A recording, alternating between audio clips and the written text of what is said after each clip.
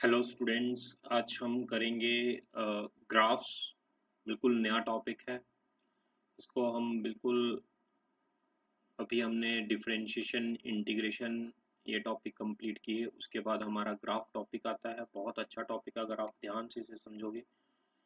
और ये टॉपिक आपका पूरे 11th और 12th में काम आने वाला है बच्चों। बहुत बेसिक से बहुत बड़े आराम से हम करेंगे, कोई हमें जल्दी नहीं है।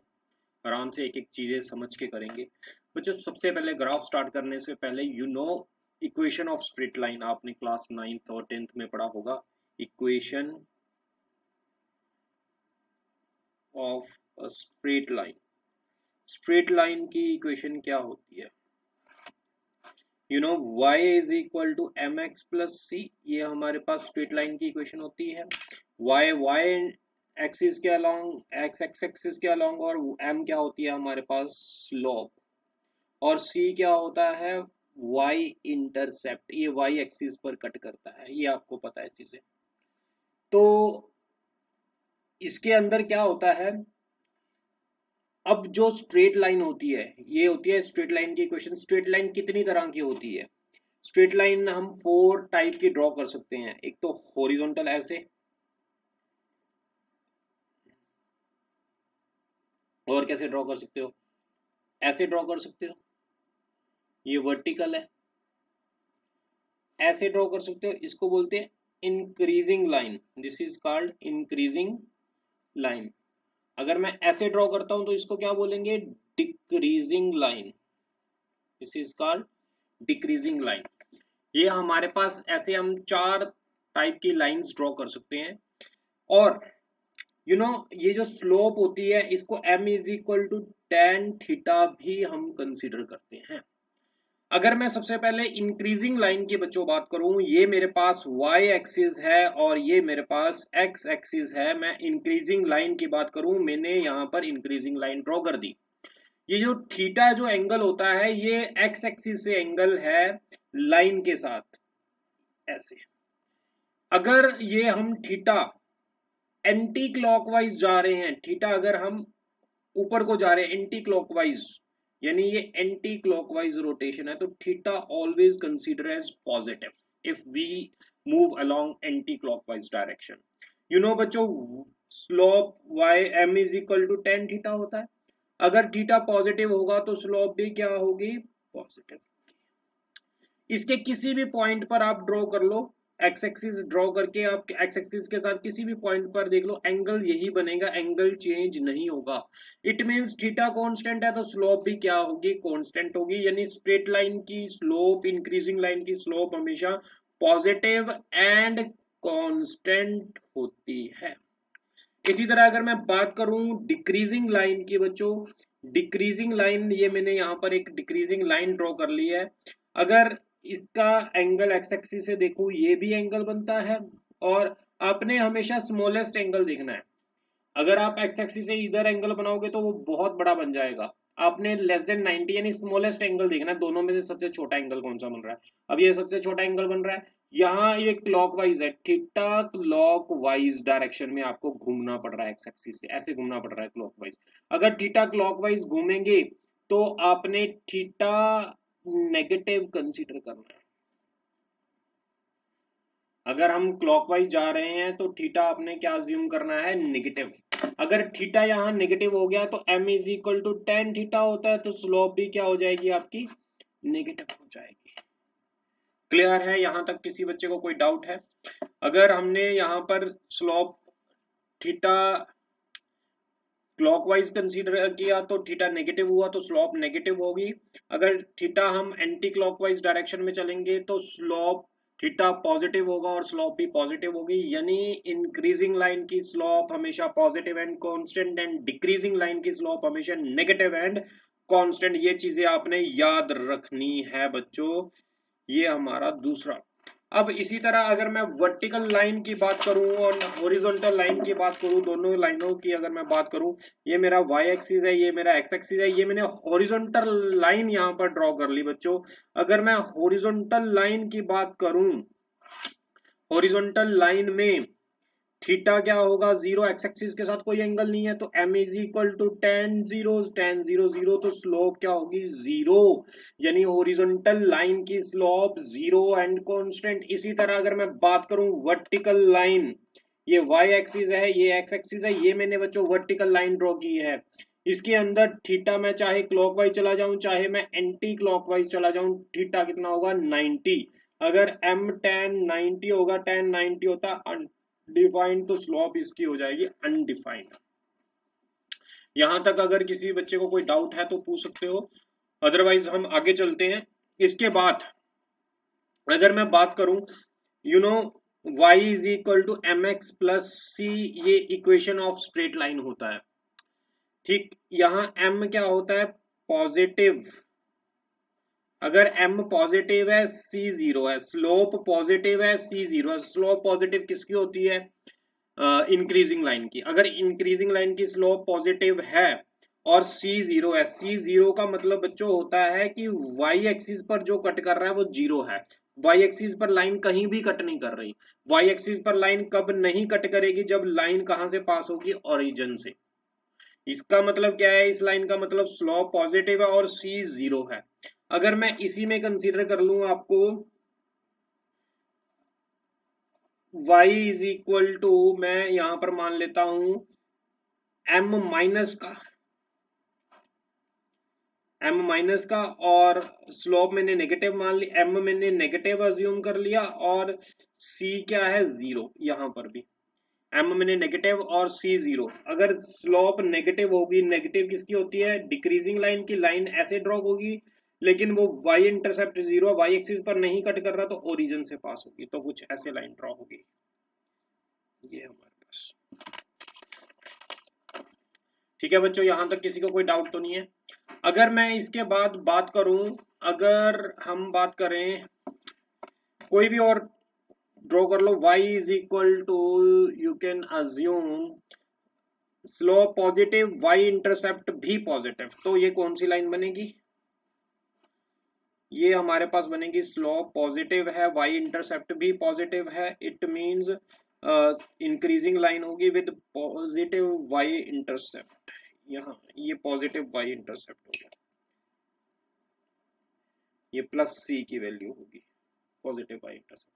अगर मैं इसी में आपको कह दूं y is equal to M X minus C, minus slope positive है बच्चों यहाँ, और y इंटरसेप्ट माइनस है, तो इंक्रीजिंग लाइन और y पर जो कट होगा वो कितना होगा, यहाँ पर जो कट होगा वो माइनस सी होगा। क्लियर है, यहाँ तक आपको समझ लगी चीजें। अब हम कुछ फिजिक्स में कुछ फॉर्मूले हैं, फॉर्मूले हम बाद में पढ़ेंगे, लेकिन उनका ग्राफ कैसा बनता है आप खुद बता सकते हो। अब ग्राफ कैसा होगा, like f is equal to हमारे पास माइनस के एक्स है बच्चों। अगर मैंने इसका ग्राफ ड्रॉ करना है, यानी f वर्सेस x कर्व अगर मैंने ड्रॉ करनी है इसकी, f वर्सेस x कर्व, तो वो कैसे बनेगी। अब f वर्सेस अगर x कर्व मैंने इसकी बनानी है, तो ये हमारे पास पहले तो y is equal to M x plus C, X axis के अलोंग क्या है x ही है, तो x का जो कॉफिशिएंट होता है वो स्लोप होता है, x का कॉफिशिएंट कितना माइनस के, यानी स्लोप क्या है यहाँ माइनस के, यानी नेगेटिव स्लोप है। तो ये तो क्लियर हो गया आपको, ये डिक्रीजिंग लाइन बनेगी। अब c क्या है 0, तो कहां से पास होगी ओरिजिन से, decreasing line passing through origin, ऐसा ग्राफ बन जाएगा आपका। अगर मैं आपको कह दूं P is equal to M V, draw PV graph, PV graph आपने ड्रॉ करना है, इधर P है इधर V है, तो इसको मैंने इसके साथ कंपेयर कर लिया, x की जगह क्या है v, उसका कोफिशिएंट क्या है m, m क्या है पॉजिटिव, c इंटरसेप्ट कितना है 0, स्लोप पॉजिटिव और y इंटरसेप्ट 0, तो पासिंग थ्रू ओरिजिन, ये वाली लाइन बन जाएगी बच्चों। अगर आपने ये इक्वेशंस तो बहुत अभी हमने डिराइव करके आए थे अभी हम, तो ये इक्वेशंस का ग्राफ तो आप बना ही सकते हो, v is equal to U plus A T. अगर मैंने इसका ग्राफ बनाना है, इसको मैंने किसके साथ कंपेयर करना है, y is equal to M x plus C, draw VT graph, VT graph draw करना है हमने। इधर मैंने मान लिया v, इधर मैंने मान लिया t, एक्स का काम कौन कर रहा है बच्चों? एक्स का काम कर रहा है टी। एक्स का कोफिशिएंट m है, टी का कोफिशिएंट a है, तो पॉजिटिव स्लोप यानी इंक्रीजिंग लाइन। y इंटरसेप्ट क्या है? प्लस u, यानी y इंटरसेप्ट भी पॉजिटिव, लाइन भी पॉजिटिव, y इंटरसेप्ट भी पॉजिटिव, तो लाइन ऐसे जाएगी।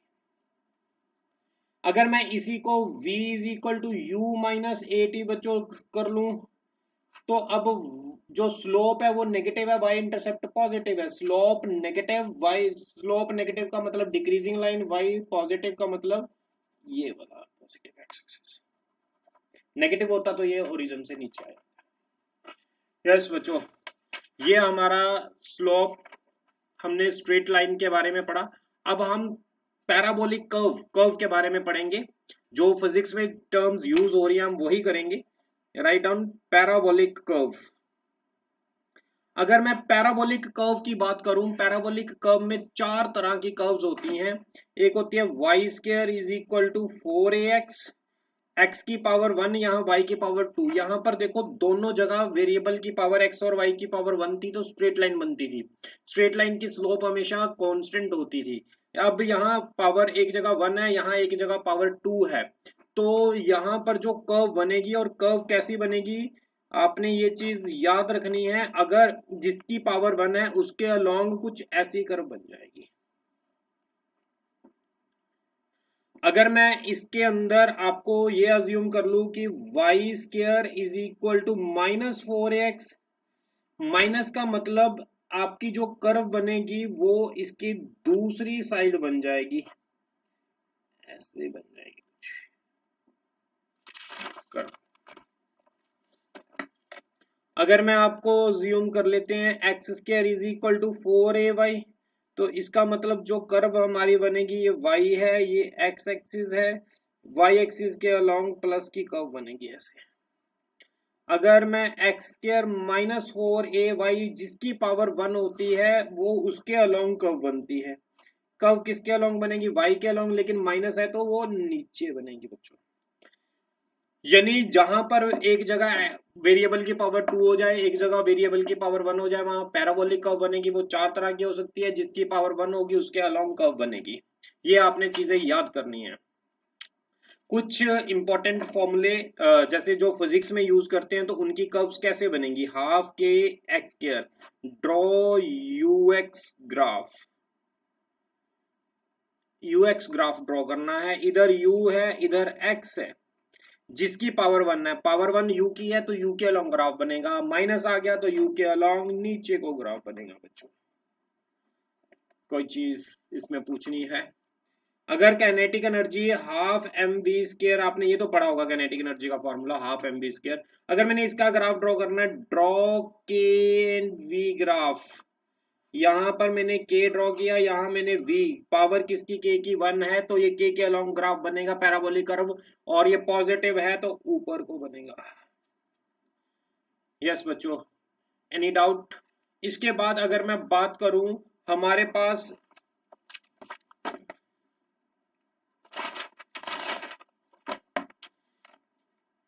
x is equal to U T plus half A T square की, इसका हमने draw X T graph draw करना है। अगर मैंने इसका एक्स टी ग्राफ ड्रॉ करना है, अगर बच्चों यहाँ यू टी ना होता तो x is equal to half A T square का ग्राफ आप बड़े आसानी से ड्रॉ कर लेते। x की पावर 1 है तो x के अलोंग पॉजिटिव के अलोंग ये बन जाता। अगर ये ना होता तो x is equal to U T, तो आप इसकी स्ट्रेट लाइन बना देते। लेकिन अब ये दोनों चीजें हैं तो ग्राफ कौन सा बनेगा? स्ट्रेट लाइन बनेगा या पैराबोलिक बनेगा? इसके लिए देखो आपने हाईएस्ट पावर देखनी है। हाईएस्ट पावर वेरिएबल की यहाँ 2 है, इट मींस यहाँ पर पैराबोलिक कर्व ही बनेगी।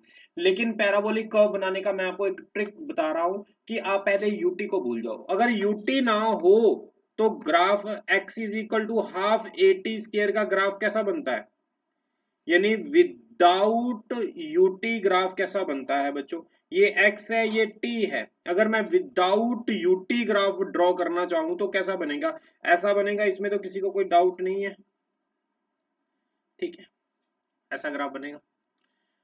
अगर मैंने विद यूटी कहना है, विद यूटी, तो हमें क्या करना पड़ेगा? अगर मैं विद यूटी ड्रॉ करना चाहता हूं ग्राफ, तो आपने इसके अंदर x की वैल्यू को 0 पुट, x0 पुट कर दिया तो u t plus half A T square, यहां से t कॉमन निकालो u प्लस हाफ ए टी, तो t की वैल्यू कितनी आ जाएगी 0 आ जाएगी, u plus half A t is equal to 0, तो यहां से आ गया half A t is equal to minus u, t is equal to minus 2u upon a, तो टाइम की दो वैल्यू आ गई, एक 0 आ गई, एक माइनस 2u अपॉन ए।